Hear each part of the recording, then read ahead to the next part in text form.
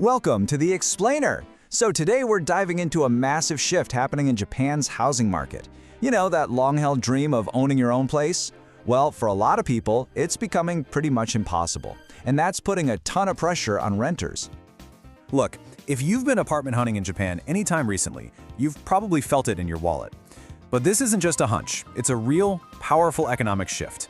So we've got to ask the big question. What in the world is causing rental prices all across Japan to shoot up to these historic, frankly eye-watering highs? Let's just start with a single number that tells you so much of the story. 16. For 16 months in a row, the average rent for a single-person condo in the heart of Tokyo has broken records. Every single month. Think about that. And you know, this isn't just a Tokyo problem. Not at all. What we're actually seeing is a nationwide trend that's getting hotter and hotter, and it's really getting to a boiling point. It's totally reshaping how people live in cities all across the country. And the scale of this thing is just staggering. I mean, check out Fukuoka City. Rents for family-sized condos there jumped a massive 13.6% in just 1 year. Tokyo's right there with double-digit increases, and Osaka? It's been setting new rent records for 14 months straight. This is not some minor market correction, it's a huge, flashing sign that demand is just completely overwhelming the supply of available homes. So you have to wonder, what's the single biggest thing driving this rental explosion? Well, it actually starts in a totally different corner of the housing market, and it's creating what some people are calling the priced-out generation. For decades, the ultimate goal for so many was to own a home. But that dream, it's slipping away. And fast for a huge number of people. And when you can't buy, what's your only other option? You have to rent. And that is just flooding the rental market with all this new, permanent demand. And just to see how out of reach home ownership has truly become, get a load of this number. 110 million yen. That's the average price for a pretty standard-sized used condo in central Tokyo. And those prices, they've been climbing for 14 straight months. And this right here, this data, this shows you the breaking point. Even with all this demand for housing, the contract rate for brand new condos has dropped to just over 54%. That means nearly half of all new condos are just sitting there empty because buyers simply cannot afford the asking price. And the analysts are really clear on this. They're looking at this low contract rate as a major red flag. Basically, a warning that the sales market has slammed into a hard ceiling. Buyers are tapping out. So this forces a complete change in how people think. The whole calculation of whether to rent or buy is now tilting heavily toward renting.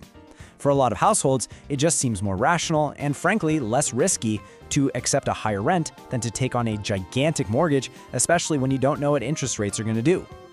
But look, this flood of priced-out homebuyers is just one piece of the puzzle. There are two other major forces at play here, and together, they're creating what we're calling the Great Urban Squeeze. Okay, first up, Japan's economy is getting back on its feet, and that means a lot more people are heading back to the office. You can see it right here. The office vacancy rate in central Tokyo has dropped for 7 months in a row. It's a pretty clear signal that for many companies, the remote work era is winding down. And as all these companies bring their teams back, the demand for office space has pushed average rents up for an incredible 20 consecutive months. The city centers are really buzzing with activity again. This whole return-to-office trend is reigniting a huge demand for what you might call work-life proximity. People are just tired of those long commutes. So now, they're all competing for apartments closer to their jobs, you know, in central urban areas and near major train stations. And that is putting intense, focused pressure on rents in those specific areas. All right, now for the second force squeezing the market. At the exact same time that demand is exploding, the supply of new rental housing is getting severely choked off. This is a classic supply constraint situation. And the reason why is pretty simple economics, really. The cost for everything, from steel and concrete to skilled labor, are just soaring. That makes it incredibly expensive for developers to even consider building new rental properties. This construction crunch means less new supply, which of course automatically makes all the existing apartments more valuable and a lot more expensive. So what this all boils down to is a perfect storm. It's not just one thing, but this powerful combination of three different forces all hitting the market at the exact same time. You've got more people who are forced to rent, more people who want to live in the city center, and way fewer new apartments actually being built. With all these deep structural issues going on, the question on everybody's mind is, What happens next? Where does this market even go from here? So is this just a temporary blip? Well, the experts really don't think so. The core problems driving these prices up, super expensive homes, a strong economy, and high building costs, they're not going anywhere fast. The general agreement seems to be that high rents are basically the new normal, at least for the foreseeable future. And that leaves us with one final, really critical question. The entire real estate market is built on this very delicate balance. If rents keep rising faster than people's paychecks, what does that actually mean for the future of living in a city, for our communities, and for the very character of Japan's vibrant cities?